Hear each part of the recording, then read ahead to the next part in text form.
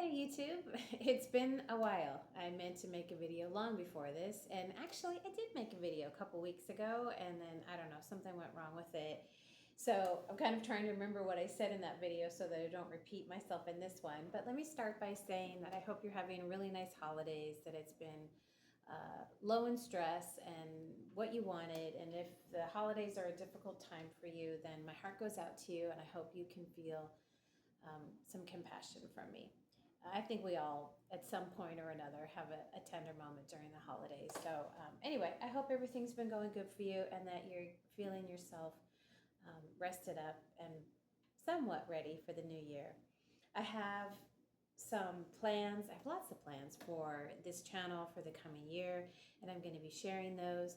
The one thing I'm going to try to do is to keep an eye on the time as it passes and keep these next few videos to around 10 minutes.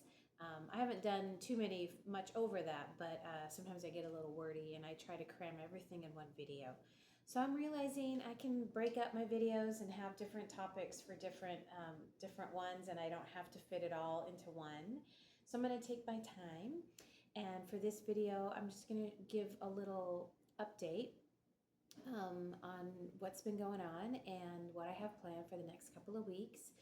I have notes this time for what I wanted to cover, so I just wanted to talk about a book that I finished, what I'm currently reading, and what I have on tap for the next few books I'd like to get through.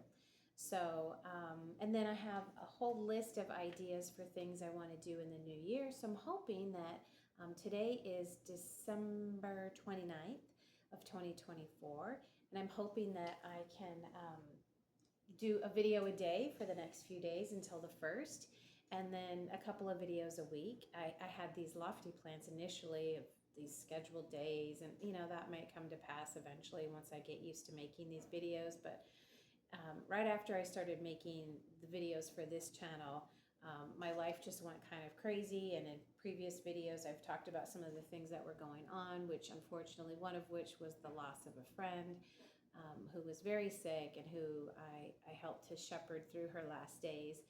And so I moved through that.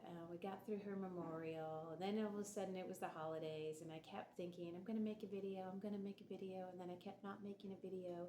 And then I just decided to ease up on myself and let it be okay that I was going to wait until after Christmas to get back on track. So because everything was a little crazy, and I was helping that friend and her family, and then every year my yoga group, if you don't know, I'm a yoga teacher, and I don't think I introduced myself at the top of the video like I try to do. My name's Holly. Welcome to my channel if this is your first time.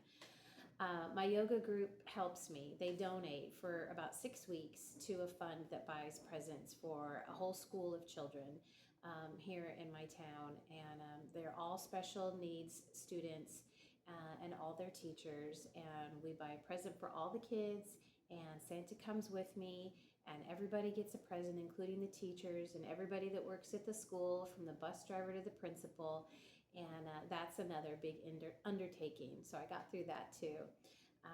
And because it was so busy, I didn't read a whole lot, but I did finish one book. And this book was just like came along at the perfect time. It was a nice escape. It was an easy read, and it's called Clock Dance by AnneTyler. And it occurred to me while I was reading this that AnneTyler is the author of The Accidental Tourist, which I never read, but I saw that movie in the theaters back when it came out. And I loved that movie. And in fact, I kind of I'm building my library of tangible media again. And I want to buy that DVD. But this was it was an easy read. It went really fast. It was kind of paced just like I need them to be paced. The chapters were pretty short, which is always really good for me. I can pop from chapter to chapter and feel like I'm accomplishing something. And it was the first book in quite some time that I just plowed through. I don't think it even took me a week to read, which for me is kind of remarkable because I'm a bit of a slow reader. So if you're interested in this book, I'll read quickly the snippet inside. This is an inspiring novel of one woman's transformative journey. Willa Drake, the main character, can count on one hand the defining moments in her life. In 1967, she is a schoolgirl coping with her mother's sudden disappearance. In 1977, she is a college co-ed considering a marriage proposal. In 1997, she is a young widow trying to piece her life back together. And in 2017, she yearns to be a grandmother but isn't sure she ever will be.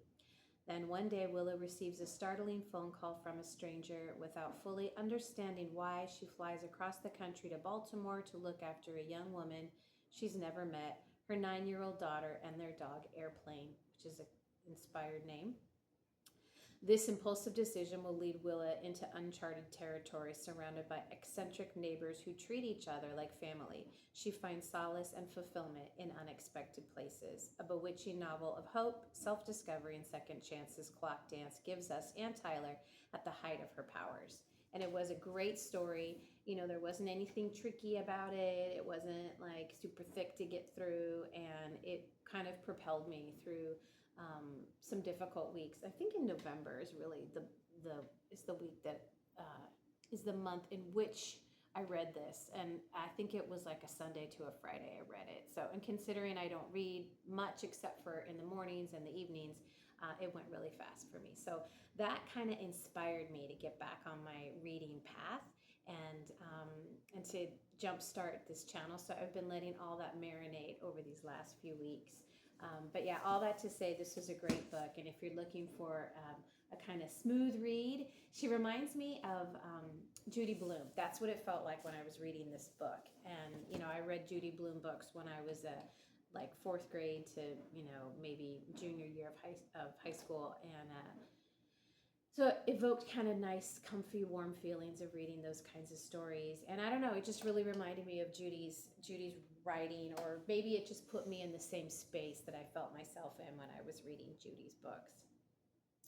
Okay, so that was an accomplishment.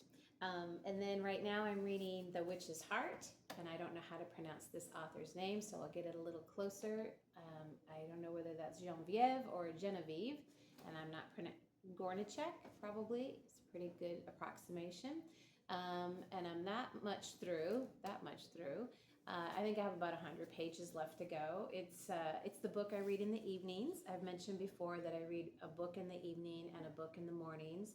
And this is my evening read. And I've been doing a pretty good job over the last week or so of getting ahead. I took a little bit to get through the first maybe 100 pages. It was kind of still when my life was really busy and complicated. So it's been a really nice read. About the last week, I've made more progress night by night, and I'm reading more at a time now because the story's moved along and it's kind of at an crescendo right now. So it's earthy, it's mythical. Loki is one of the characters, and Thor and Odin, and there's a lot of really delicious kind of storytelling in there. So I'm really enjoying that. I'm going to skip reading the blurb. I'll read it when I review this once I've finished it, which will probably be in the next couple of days.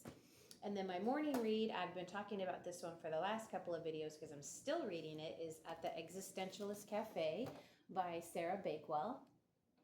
And I'm reading this book on the review and recommendation of Jim at Great Books, Big Ideas. Jim, I may never, ever be able to spit the title of the name of your channel out fluidly.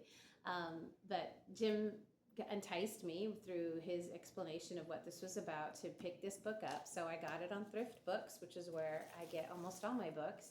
And I'm reading it deliberately slowly. I mean, maybe I wouldn't read it fast even if it wasn't deliberate, but I'm purposely taking my time because I'm finding it to be very thought-provoking, and I kind of just like marinating in it. Like I read a paragraph and then I just kind of think about it.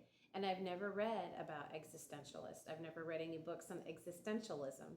So this is all new for me. And although it's beautifully interspersed with biographical information about these authors and existentialists, it is a book, I think, to sit with. And so I sit outside. I got a really nice reading nook outside now that I created for myself a couple months ago. I sit there, I journal, and then I read this book, and I just let my mind kind of absorb it nice and slowly. And I think I'm only about 130 pages in now. I have several different places marked, things that spoke to me and that I liked for one reason or another. Kind of, I noticed as I was looking through those tabs this morning that they are mostly in reference to the childhood of these authors. So those are awesome. And I'm really enjoying this book. It's a dip in a new direction for me. So I have here the books that I have on tap to read next, and I'll make those in the next video since I see I'm up to 10 minutes now, and some ideas coming up for 2025. So that'll be the next video. I'll probably put that out in the next day, and I'll look forward to talking to you then. Bye, everybody. Thanks for coming back. There's a lot more and a lot more structure in the coming year. So I hope that if you haven't already, you'll subscribe. I'll see you next time. Bye for now.